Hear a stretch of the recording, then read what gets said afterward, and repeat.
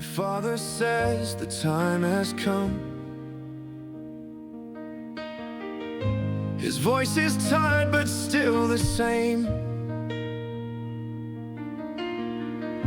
A winter sun through London glass, a daughter listening for her name. The maps are folded on the desk, the channel waits beyond the rain. Charlotte Coleman, sent to Spain.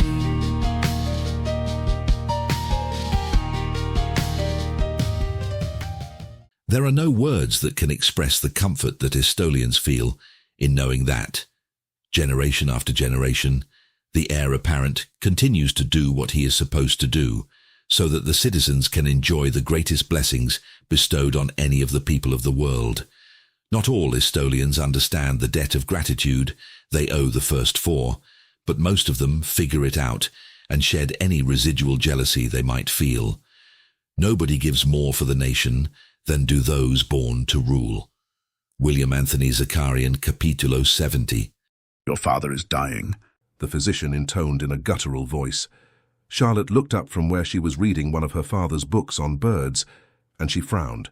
She did not even know that the physician had been summoned. I beg your pardon? She said.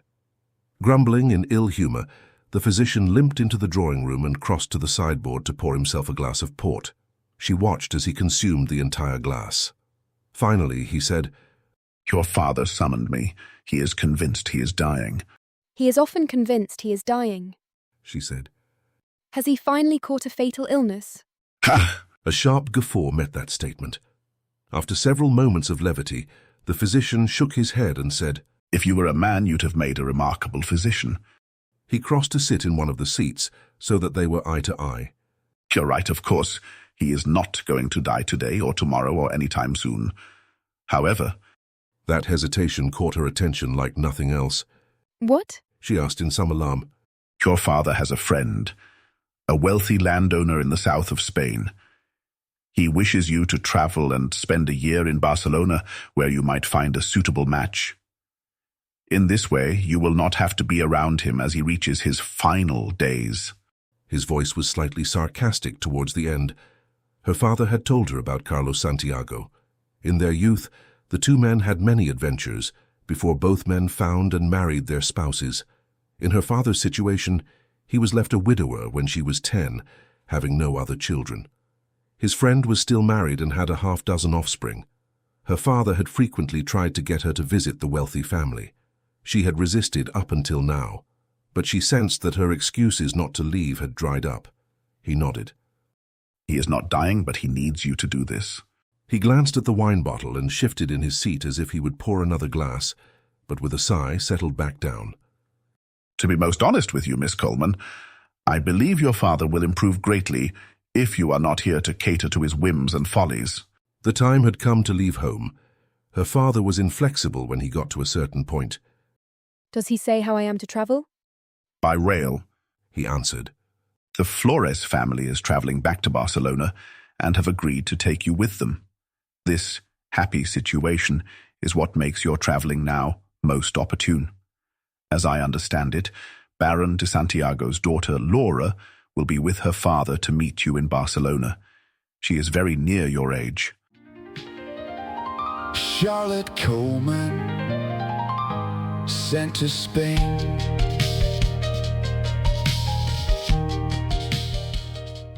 Charlotte liked the Flores family.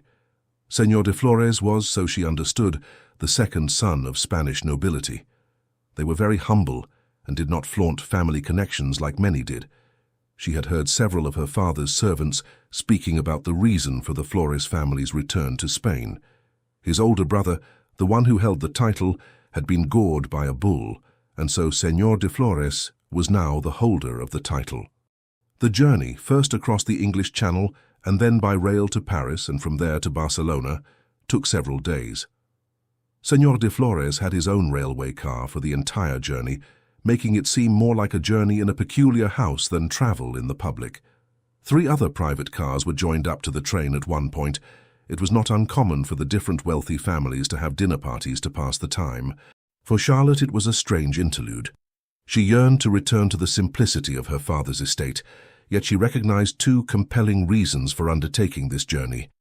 The first was her father's dependence upon her, to the exclusion of other influences, and to some extent she knew she had encouraged that dependence. She had come to spend more time in isolation with him than out in society seeking an advantageous marriage. Her father's estate would pass to a cousin, as he had no male heir. He was still, she reflected, quite young.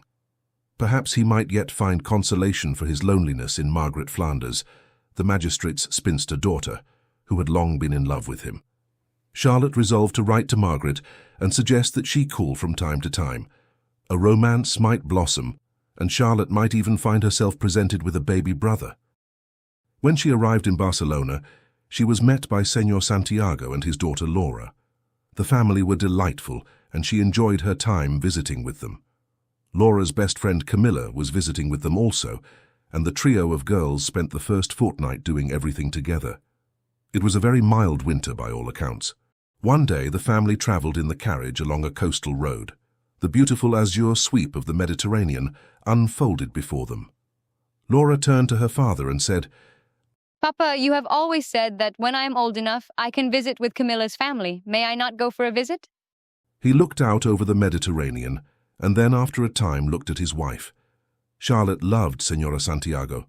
She had a sweet serenity that seemed to colour her world with simplicity. She turned and looked at Laura, Camilla, and Charlotte, and then after a moment, she said softly, "I believe that we might spare the girls for a few months." She addressed Camilla. "Will your family accept Charlotte along with Laura?"